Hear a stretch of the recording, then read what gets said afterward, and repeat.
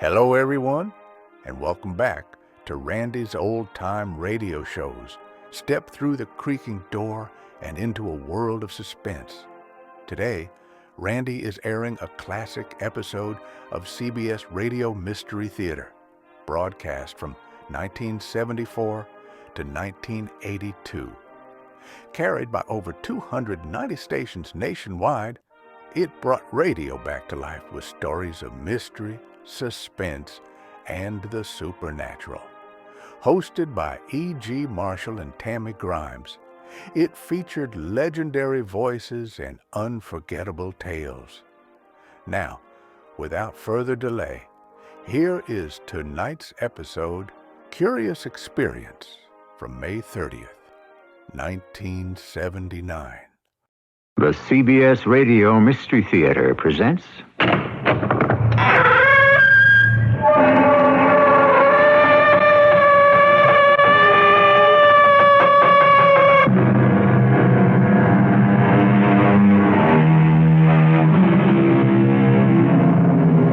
Come in. Welcome. I'm E.G. Marshall. Conscience, said Mr. Shakespeare, makes cowards of us all. Unfortunately, this places conscience in a rather unflattering light, since it implies that conscience is basically a demeaning quality. The truth is that conscience is a kind of magical and liberating force. After all, how many people have become heroes because they were too terrified to become cowards?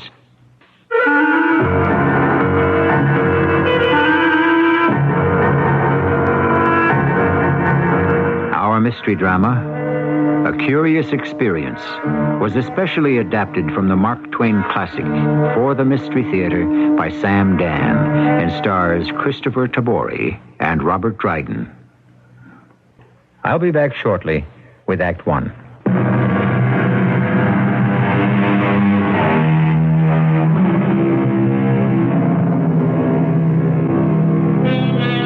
One of the tragic truths of our history has been the fact that almost every generation has known the terrible trauma of war.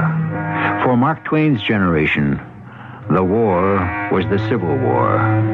To Mark Twain, war was the supreme folly. And why not? Wasn't warfare something that was invented and conducted by mankind?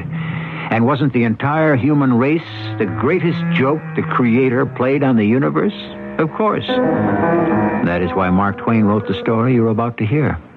Hut, two, hut, four, hut, two, hut, four. Company! Up, hut, two.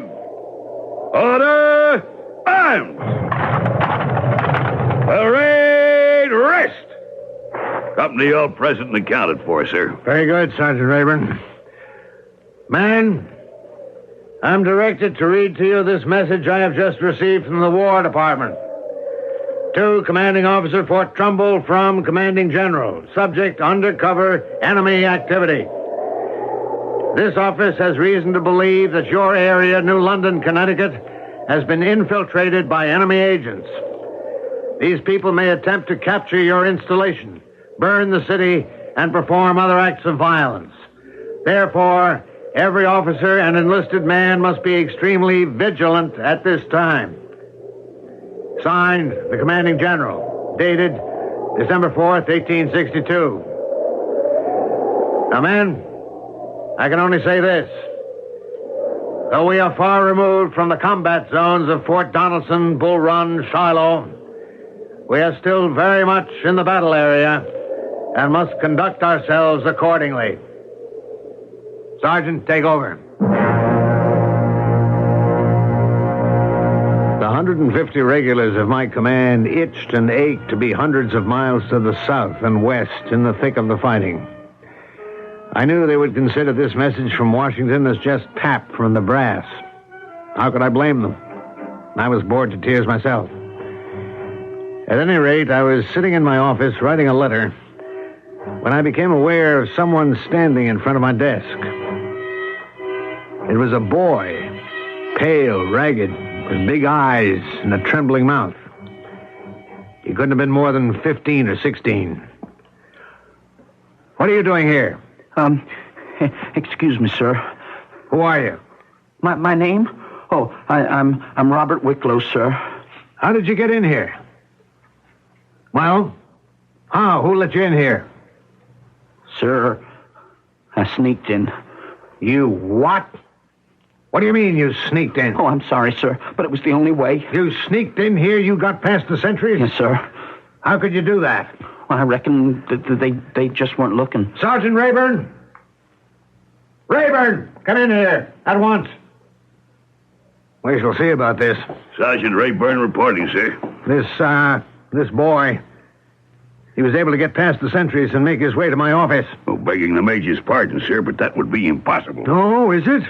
Well, here he is. How do you account for it? Well, sir, I don't know as how I could account for it at all. First, he would have to slip past the guard at the main gate. Who's supposed to be on duty there now? Private Pope, sir. And then he would have to elude the sentry on the inner perimeter. Who's pulling guard there? Private Sparks, sir. Sparks and Pope, huh? Yes, sir. What kind of security do we have around here? I will not tolerate another incident of this nature, Sergeant Raeburn. Do you understand? Yes, sir. Now, getting back to you. What's your name again? Robert Wicklow. Why did you want to sneak in here? Because I want to enlist. Enlist? How old are you? 21, sir. 21? Raeburn, you have boys of your own at home. How old does this cub appear to you? Not a day over 15, sir. Sir, I'm 18. I swear to you, I'm 18, but nobody believes me. When I told the sentry at the gate what I wanted, he just laughed at me and told me to go home. But I couldn't do that. I couldn't go home. Why not? I don't have a home. So I just sneaked in. Papa used to tell me, boy, when you get no satisfaction from the hired hands, you just go straight to the boss himself. Poor Papa. They killed him. Who killed him? The mob. They lynched him. What are you saying? What for? Because he was for Abe Lincoln and the Union. They made me watch it. They said, let this be a lesson, boy. But his last words, Papa's last words were, Abe Lincoln and the Union forever. Where was this? On our plantation, near Baton Rouge in Louisiana. I was stationed in New Orleans. I know that part of the country quite well. Exactly where was your plantation located? Just off the 60-mile point, sir. And what's directly above it? Emmonsville. And right below? Kruger's Creek. Where was the Hotel de Paris? On the Tucatapula Street. Who were the two big steamboat rivals? The Robert E. Lee and the Eclipse. Sir, are you trying to trap me? Ask me anything you want to know about New Orleans. You're a long way from home. I told you I have no home. We were burned out, driven off. How did you get from New Orleans, Louisiana, to New London, Connecticut? I can't remember too many of the details, sir. Can you remember any of them? That night, after they burned down the house and killed Papa, I got to the river. I stole a boat and made my way down the river to the harbor. There, I stowed away on a ship. What kind of ship? Well, she was a sailing vessel. German. Her name was the Landgravine Frederica Charlotte, or some such. Well, anyway, she put out to sea, and after a while they found me. Well, they set me to work. I became very sick, and I don't recall very much more. I don't even know how much time went by. Well, but then one day, I was wandering around the streets of a city. It was New London. And that's all you remember? Yes, sir. That was 3 days ago. I haven't had anything to eat. I tried to get a job so I could earn some money and buy decent clothes, so when I tried to enlist, I wouldn't look like a tramp. But it was no use. Now, sir, is it all right if I sit down? I'm afraid I'm just going to faint. No, you just sit down, son. You'll get a hot meal inside you. You'll feel so much better. Raeburn. Yes, sir. Take him around to the kitchen. Oh, sir, let me enlist. Now, I'm afraid... I'll be such a good soldier. I'm sorry, son. Oh, don't you see, sir? It's fate. It's the mysterious working of the will of the Lord. Why was I brought here to New London in Connecticut? Ye sent me to dwell among strangers. But I say to you, Major, you and the sergeant are not strangers, but men of kindness and goodwill. Oh, I shall be a credit to the United States Army, sir. Rayburn, what do you think? Well, I don't know, Major. He does appear underage for a soldier. Let's quarter him with the musicians. We'll enroll him as a drummer. Oh, a drummer? Oh, thank you, sir. Thank you, Major. I'll pray for you. I'll pray for you every night.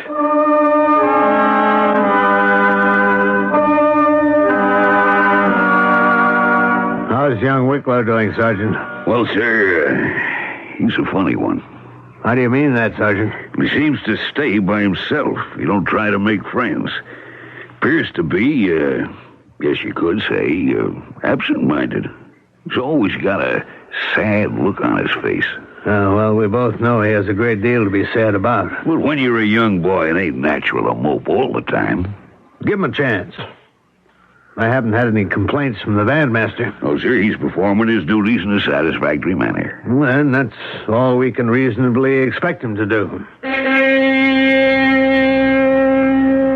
The commandant of the fort really couldn't establish a personal relationship with the youngest drummer boy in the ranks, but I felt so sorry for him.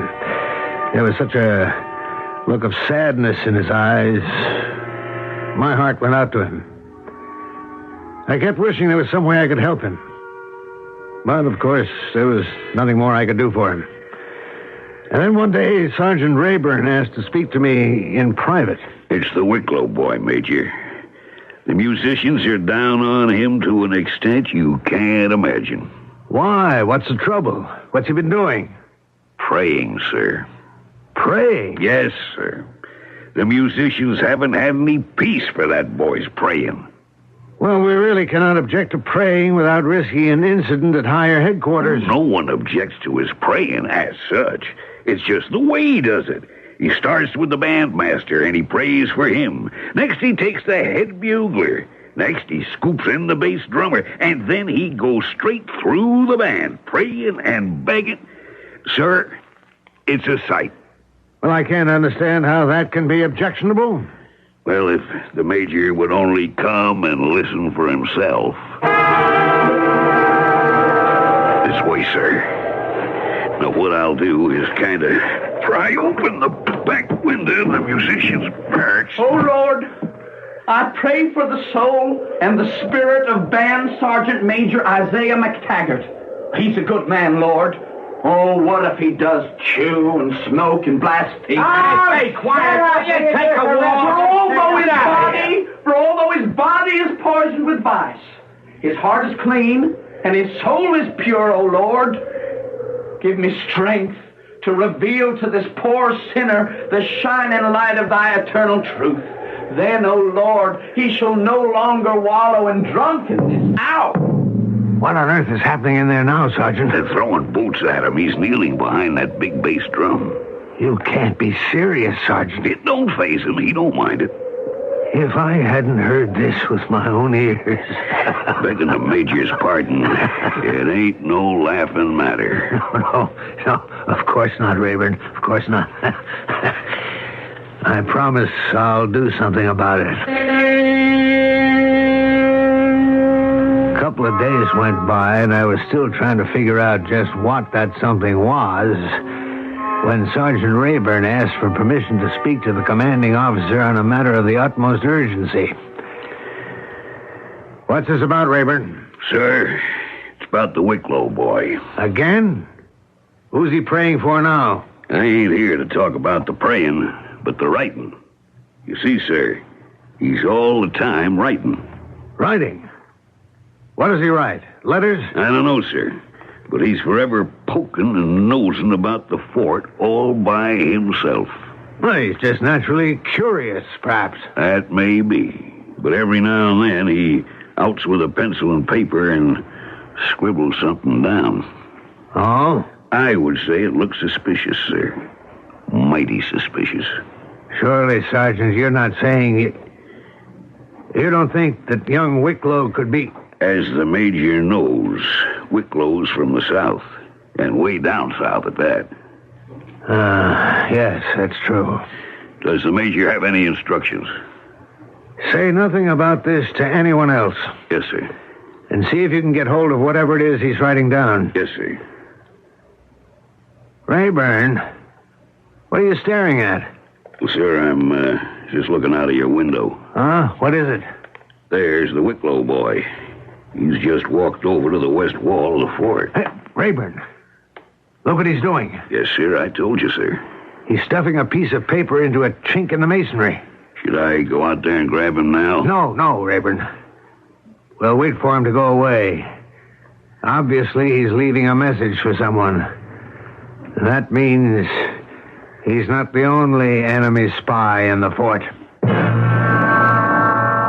I was a stranger, and he took me in. Unfortunately, it can be paraphrased to read, "You were a stranger, and you took me in." They say the Civil War was the first modern war. It introduced for the first time the advanced techniques of social, political, economic, and industrial conflict. And while it didn't exactly introduce the concept of espionage, it certainly refined the tactics and strategy, more of which we shall see in Act 2.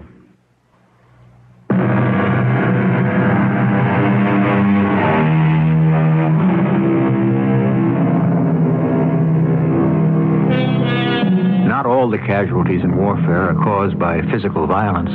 Some of the greatest injuries are not to the body, but to the spirit. It's bad enough that war forces us to kill our fellow man. It's even worse that we are compelled to kill our own spirit of trust and compassion. Well, look, sir. He's going away. Scoundrel. That young devil. The coast is clear. Let's get that piece of paper. He may be too young to hang, but not too young to be whipped within an inch of his miserable life. Can you reach in there and get that paper? I'll try, sir. Yes, sir, here it is. A traitor like that, he don't deserve to live. We took him in when he was starving and... Raeburn. Yes, sir? Raeburn, I want you to read this. Is it a message? Yes, Raeburn, it's a message. I want you to read it. Yes, sir.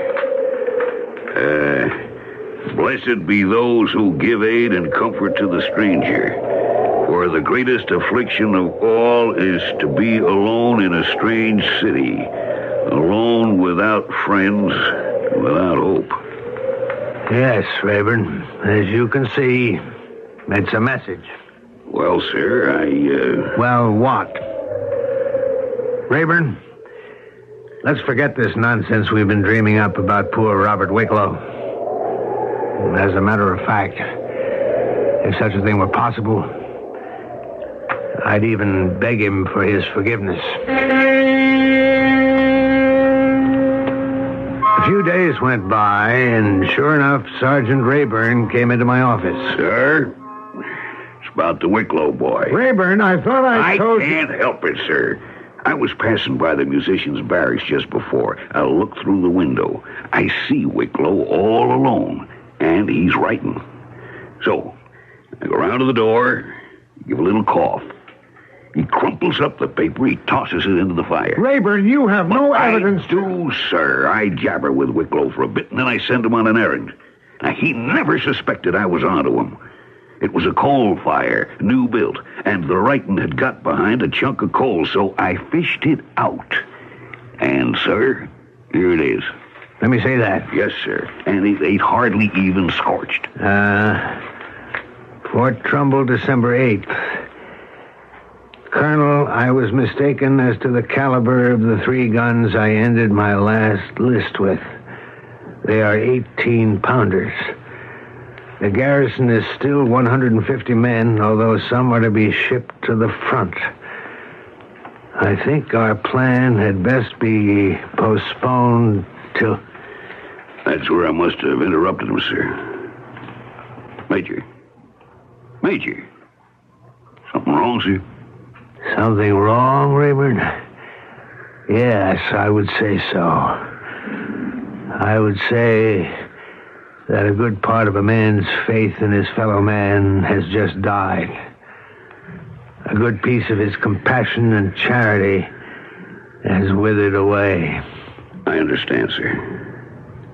But we're soldiers, and we have work to do. Yes, sir. We'll have to watch this boy closely and carefully. And we did. Every day there was a message in the same little hole in the wall, and the messages would disappear soon after. Evidently, someone was picking them up. Neither Raeburn or I could watch constantly, and we were afraid to trust anyone else. Obviously, there was a plot of serious proportions being hatched under our very noses. Huh? What is it, Raeburn? Sir, the Wicklow boy has asked for a leave to go into town this afternoon. By no means should he be permitted to... No. Wait. Of course. Let him go. And follow him.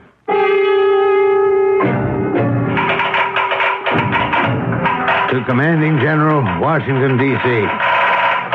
Have reason to suspect enemy attempt to capture this installation and burn the town of New London. To Commanding Officer, Fort Trumbull, Connecticut. Place town under martial law. Suspend habeas corpus.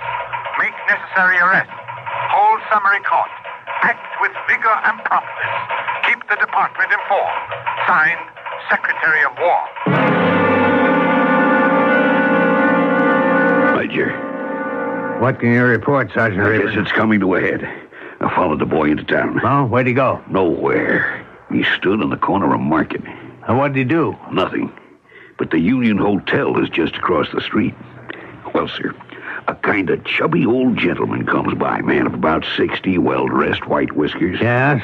Wicklow stops him and talks to him. Could you hear what was said? No, sir, I couldn't get close enough. Oh. How long did they talk? Oh, couldn't have been more than a minute, if that. And then what happened? Well, sir, then the old gentleman walks into the hotel. Did you follow him? I was about to, sir, but then blamed if he don't stop a lady. A lady? A red-haired, rather handsome-looking lady. Oh, give her maybe 35. Was she also well-dressed? Like a real swell. Wicklow gabs with her for maybe a minute, and then she also goes into the hotel. Then what did you do, Raeburn? Well, then I see Wicklow go down the street. I figured he was headed back to the fort, so I go into the hotel. Did you find out who the man and the lady were? Yes, sir. The gentleman is a Reverend Marcus McEwen from New York City. And the lady is a British subject from London. And she's really a lady. Lady Marston Strathclyde or something. I got it written down here somewhere. That's a good day's work, Sergeant. Oh, it ain't over yet, sir. Coming back in the fort, I seen Wicklow sneak into the 2nd Platoon barracks.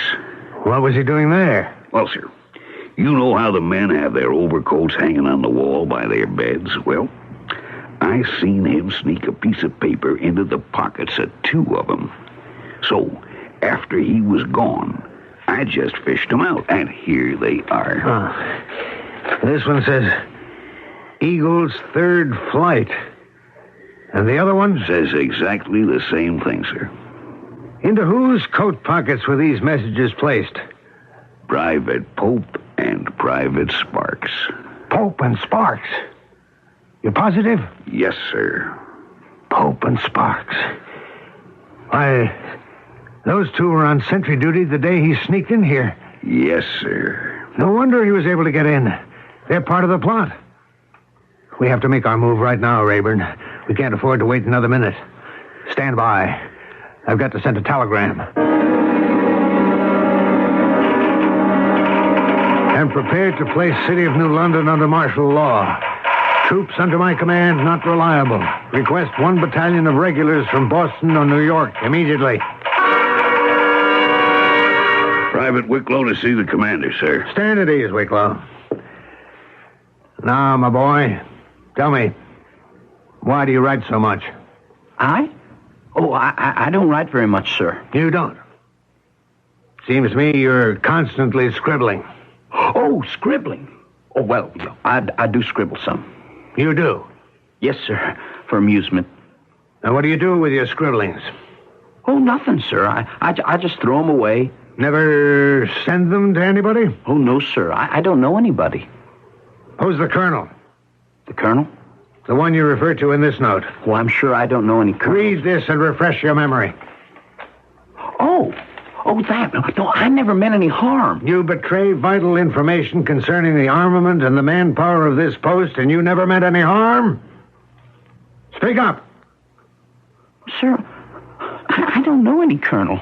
Stop lying. Well, this is true. The letter was never intended for anyone. It was just for my own amusement. I understand the foolishness of it now, but there's nothing else to it, I swear to you. What is the Eagle's third flight? I don't know. Tell me about Pope and the Sparks. Oh, believe me, I don't know anything about... Who are the Reverend McEwen and Lady Marston Strathclyde? I don't know, I swear to you. Now, don't make me force you to tell us.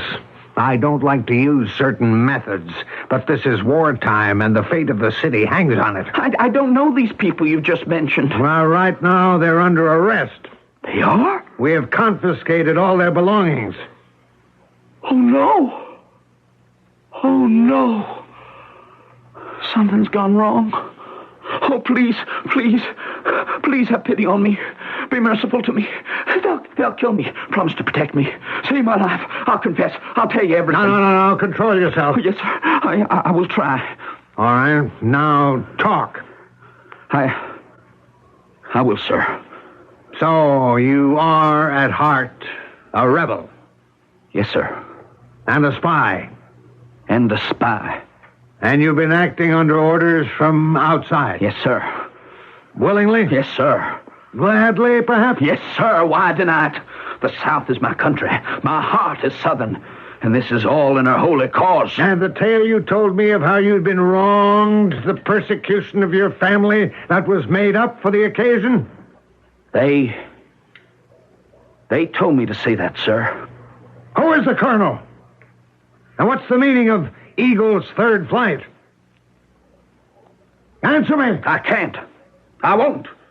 I refuse to betray my own beloved country. This is your final answer? Yes, final. As sure as I love my beautiful southern country and despise everything this ugly northern sun shines upon, I will die before I tell you one word. Very well, Wicklow. This is war. You chose to play a man's game, and now you must pay a man's price. Sergeant Raeburn? Yes, sir. Assemble a firing party and have this man shot. Well, war is war. And in it, we are given no choice. One kills and is killed for one's country. War always brings out the very worst in us. But on very rare occasions, it can also bring out the very best in us. We shall have an example of this in Act 3 shortly.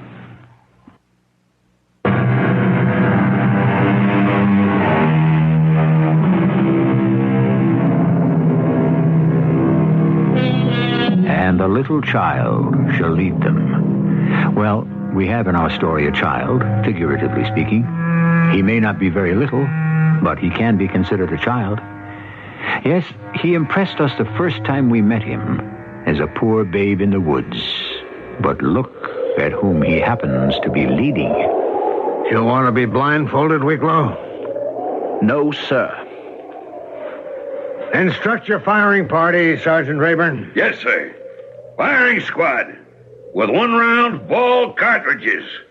Ready? Load. Lock. Firing party ready to proceed, sir. I sincerely hope you don't think we're bluffing, Mr. Wicklow.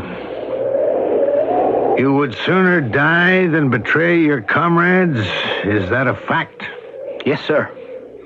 I wonder, would they do the same for you? Well, Mr. Wicklow? I have nothing to say. In that case, you may proceed, Sergeant Raeburn. Yes, sir. Firing party. Ready. Aim! No! Hold it, Sergeant. No, don't kill me. Please don't kill me. Oh, I'll tell you everything, but don't kill me. You will answer every question, Wicklow.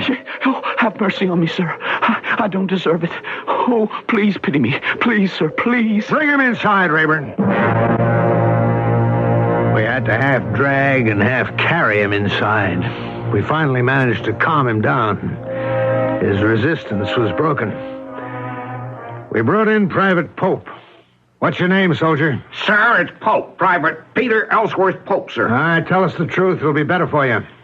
I don't understand, sir. Who are you? Like I said, sir, Private Pope from New Hadleyburg, Massachusetts, sir. That's your story? Yes, sir, it's true, sir. Is it true, Wicklow? No, sir. Tell us who this man is. Major, how would he know who I am? I never laid eyes on him. That will do. You had your chance to speak. Tell us, Wicklow. His real name is George Bristow, from New Orleans. 2 years ago, he was second mate of the Coast Packer steamer Capital. He's a violent person, sir, and has served 2 terms for manslaughter. One for killing a deckhand named Hyde with a capstan bar. Major! Be silent. Go ahead, Wicklow. The other term, sir, was for killing a roustabout for refusing to heave the lead, which is not part of a roustabout's business. He is a spy and was sent to enlist in the Federal Army and serve in that capacity. Well, Pope, or Bristow, as we ought to call you. What have you to say to this? Barring your presence, Major, it's the infernalest damn lie that was ever spoke. And so it went, with Private Sparks and 7 other soldiers of the fort whom Wicklow identified. Each one of them, of course, denied every word Wicklow said. He detailed everything about them, where they came from, their families, what they did before the war. I decided to hold them in confinement pending the arrival of a special commission from the General Staff. It was even now en route from Washington, D.C. And now I had the gentleman and the lady from the Union Hotel brought into the fort. Major, may I ask the meaning of this outrage? The meaning, sir? Why have I been dragged from my hotel by some of your soldiers and marched in here as if I were a common criminal? Well, sir, I wouldn't say you were a common criminal, more of an uncommon one. How dare you? Do you know who I am? No, suppose you tell me. I am the Reverend Marcus McEwen of Brooklyn, New York. I am the brother of Congressman James B. McEwen, and I assure you he shall hear about this. What are you doing in New London? I am visiting friends. I wouldn't doubt that at all. This young man standing near the wall, is he familiar to you? I've never seen him before in the... No, wait. No? Now, I remember his face. He accosted me on a street corner outside my hotel a day or 2 ago. Yes? What did he say to you? To tell you the truth, I don't know. Some sort of gibberish. I couldn't make it out. He didn't say anything about plans for attacking the fort? Are you mad? Have you taken leave of your senses? Wicklow, who is this man? Sir, his name is Peavy. That's a lie! Arthur L. Peavy, sir. And he is the man you addressed as the colonel in your letter? That's right, sir. He is the mastermind behind the plot? Yes, sir. He is the most notorious criminal in Galveston, Texas. This is an outrage! Give it up, Artie. They're wise to us. They've got you and me and the Countess, Pope and Sparks, everybody. So it's every man for himself. Make the best deal you can before they stand you up against the wall. I'll have you know I am Lady Madeline Marston Strathclyde. My husband is Under Secretary of Foreign Affairs. My brother is Lord Marston, Commander-in-Chief of Her Majesty's forces in India. Now, I demand to speak with the British ambassador. Who is she, Wicklow? Sir, she is known as Lily the Limey. She owns the biggest sporting house on Bourbon Street in New Orleans. She was arrested for selling contraband. She and George Bristow and all the rest were offered a chance for a complete pardon if they organized and executed this raid. Well, what do you say now, madame? I am speechless, Lieutenant. You will address the commanding officer as Major. Major. I found your country barbaric and boring, But at least after today, it will only be barbaric. Now, what is the meaning of this little comedy? I assure you, madame, this is a serious situation. Major, I'm not given to hysterics. You're obviously convinced that I'm part of a plot to do something or other, to destroy your fortress. A rather sloppily run establishment compared to the least of ours. Are you ready to make a statement? Do you realize that by throwing me into prison on these trumped-up charges, you risk alienating public opinion in England? Lily, oh, Lily, don't you understand? They know everything. Take her away, Sergeant. The next day, 2 companies of infantry, a battery of light artillery, and a squadron of cavalry marched into the fort. Now I felt safe and secure, ready for anything. We had almost 100 people under arrest all along the eastern seaboard from Boston to New York. But had we captured everyone? Was the enemy still strong enough to make a move? Major, What is it, Raeburn? it's the Wicklow boy. He's gone. What? Gone? He's disappeared. How could he disappear? Well, sir, it appears he escaped. How? Have we still got traitors inside the fort? Well, it's either that or just plain dumb carelessness. How long has he been gone? About half an hour. Cavalry already has patrols out. Well, he can't have gone too far. Search every ship in the harbor, through every house in town, scour the countryside. We'll get him if we need the Army, the Navy, and the United States Marines.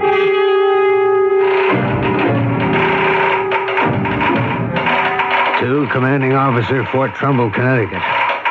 Appreciate your inspired effort and heads-up job in destroying rebel plot. I'm coming personally to congratulate, decorate, and promote. She'll be in New London by this evening. Signed, the Secretary of War. Major, they think they got him. Where is he? The cavalry commander says a boy of that description was seen going into a farmhouse about 10 miles north of town. Have they taken him? No, sir. They've got the place surrounded. If it's him, he can't get away. Let's get out there, Raeburn.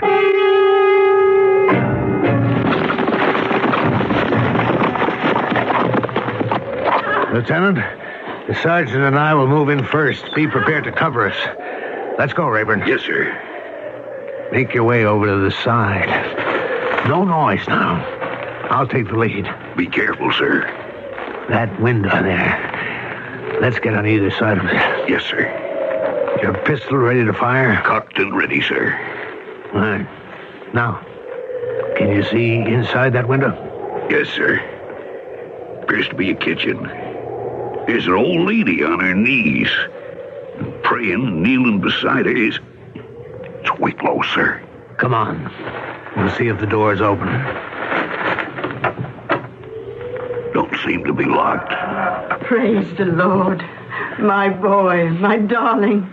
The lost is found. The dead are alive again. Stand still, both of you. Don't move. Oh, my goodness, is something wrong? Robert, have you done anything wrong? Why, Sergeant Raeburn. By all that's holy... It's Mother Wicklow. Sergeant, what's happening here? Robert has come back. Oh, poor Robert. I thought he was dead all these years. Madam, is this your son? My own darling Robert. Raeburn. The name Wicklow. I didn't make the connection. Everybody hereabouts knows Mother Wicklow. Robert, did you get into trouble when you were gone? No, Mama, no. And this is her son? Robert, where have you been all this time? You're talking to your mama now. I've been living in New Haven, Mama. I've been going to Yale University. Robert. Well, I was a janitor. But I got so homesick after a while, I just had to come home. Oh, he's all right, gentlemen. But I'm afraid his mind has been turned. Turned by what? Oh, all those dime novels and sensation story newspapers about all kinds of dark plots and mysteries. He's always making up all kinds of fables. It's so hard sometimes not to believe him. No. Let me try to understand this. He does not come from the South? Oh, bless you, sir. No. And his father was never Lynched by a mob? Oh, sir, his father was gathered into glory in the peace and fullness of his years. And he made it up? Every single word? Oh, he's so convincing, Major. I hope you didn't believe him. Whatever it was he told you. Poor boy, it's like a sickness. He can't help telling those wonderful yarns. He reads so much about all these places all over the world. He can make you actually see them. Madam, do you realize that on account of him I have placed the city of New London under martial law? Oh, I'm sorry. I have put more than 100 innocent people under arrest, including the clergyman brother of a congressman and the wife of the British Undersecretary of Foreign Affairs, and who happens to be the sister of the commander of the British Army in India. Now, that was a foolish thing to do, Robert. I shan't do it again, Mama. Oh, you will. You will. If I know you, you will. There will be a congressional investigation of the Army. The British, outraged, may now decide to recognize the Confederate States, at which time, if we attempt to blockade their ships on southern ports, we invite another war with England. Oh, Robert, you are a naughty boy. But of more pressing and immediate personal importance to me. The Secretary of War is due here any hour tonight to congratulate, decorate, and promote me for my masterly handling of this affair. Oh, my. Oh, I do wish there was some way I could help you. There is. Could you tell me what to say to him?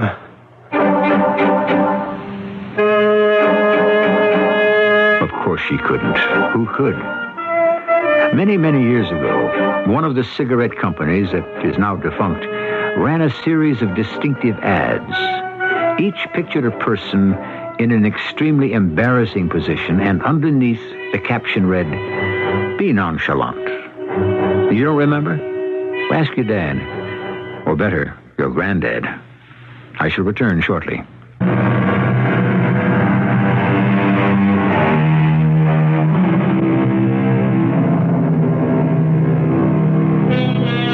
I'm sure you're dying to know how the Major got out of it, or if he got out of it. I don't know. That was part of Mark Twain's unique genius. He could not only tell you an engrossing story, but when it was over, he could get your own mind running in fantastic directions to come up with a sequel. Today, this kind of thing is called audience participation. So you see, nothing is ever really new. Our cast included Kristoffer Tabori, Robert Dryden, Bryna Raeburn, and Jackson Beck. The entire production was under the direction of Hyman Brown. This is E.G. Marshall inviting you to return to our Mystery Theater for another adventure in the macabre. Until next time, pleasant dreams.